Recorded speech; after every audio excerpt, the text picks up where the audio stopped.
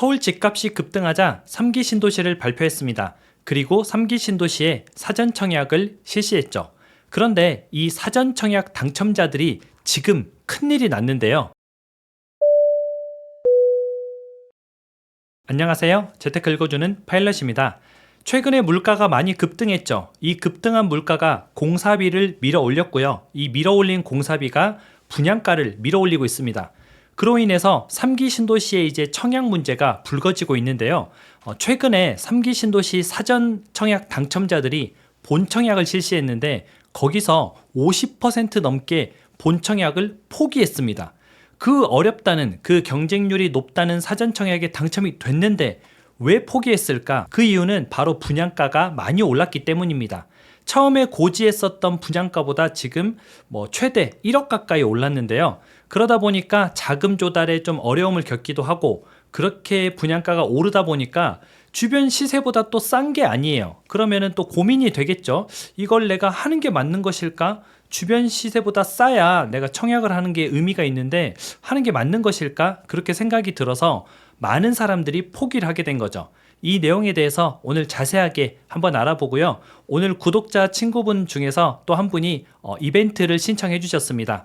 제 책 부동산 비법서 실전편을 100권 정도 이제 우리 친구분들한테 나눠주고 싶다. 우리 친구분들이 또 저번에 한번 했었는데 호응이 굉장히 좋았잖아요. 1분 만에 마감이 돼서 또 그거 보고 못 받은 사람이 좀 많은 것 같아서 이제 다른 친구분께서 부동산 비법서 실전편 100권을 기부해 주셨습니다. 그래서 제가 저번처럼 댓글에, 고정 댓글에 링크를 달아둘 테니까 거기에 누르고 들어가셔가지고 이름, 전화번호, 주소 이렇게 입력을 해주시고요. 이번에는 배송비가 있습니다. 그래서 배송비 3,000원을 거기 적힌 계좌로 보내주시면은 책을 발송해드리도록 하겠습니다. 이렇게 이벤트를 통해서 무료로 나눠드린 책은 주식은 배정되지 않습니다. 그 주식은 이벤트를 이제 기획해주신 그분한테 가는 거고요.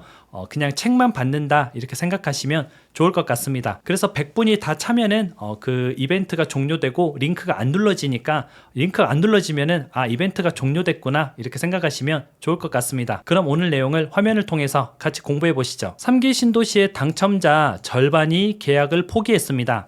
사전 청약 당첨자죠. 우리가 이제 사전 청약이라는 제도가 이번에 생기면서 미리 청약을 해서 그냥 당첨을 받아둔 거죠. 그리고 이제 본 청약 때 실제 계약을 하고요. 계약금을 입금하는 그런 형태인데 일단은 사전 청약 당첨자들이 본 청약을 이번에 하게 됐는데 거기서 절반이 계약을 포기했다는 겁니다. 3기 신도시가 지금 남양주 왕수, 그리고 하남 교산, 고양 창릉, 인천 계양, 부천 대장 이렇게 있죠.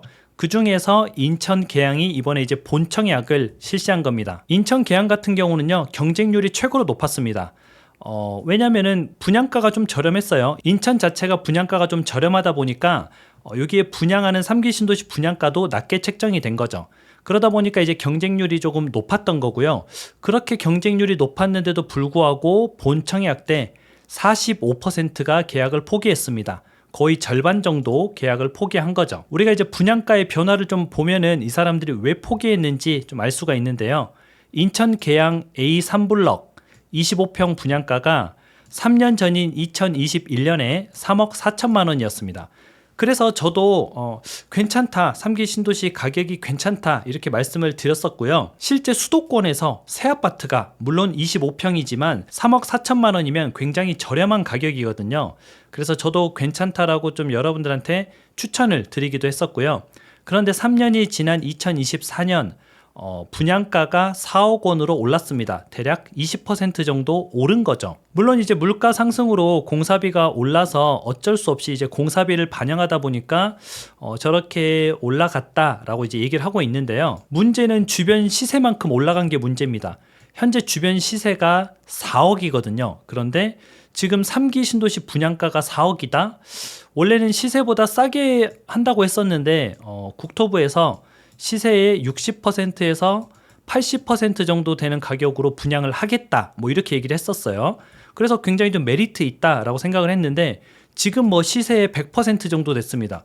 그러면 이걸 굳이 할 필요가 없는 거죠. 왜냐면 저 돈이면은 지금 아직 짓지도 않은 3기 신도시를 사는 것보다 지어진 새 아파트를 사는 게 오히려 훨씬 더 이득이기 때문입니다. 물론 이제 3기 신도시가 신도시니까 조금 더 좋게 지을 것이고 주변에 공원이나 인프라나 시설들이 좀 깔끔하겠지만 기다리는 기회 비용에 비해서 당첨자의 이득이 너무 좀 줄어들게 된 거죠. A3블럭만 그런 게 아니고요. 인천 계양 A2블럭도 33평 같은 경우에 분양가가 9천만 원 정도 올랐습니다. 거의 1억 정도 오른 거죠. 원래는 분양가가 4억 9천이었거든요.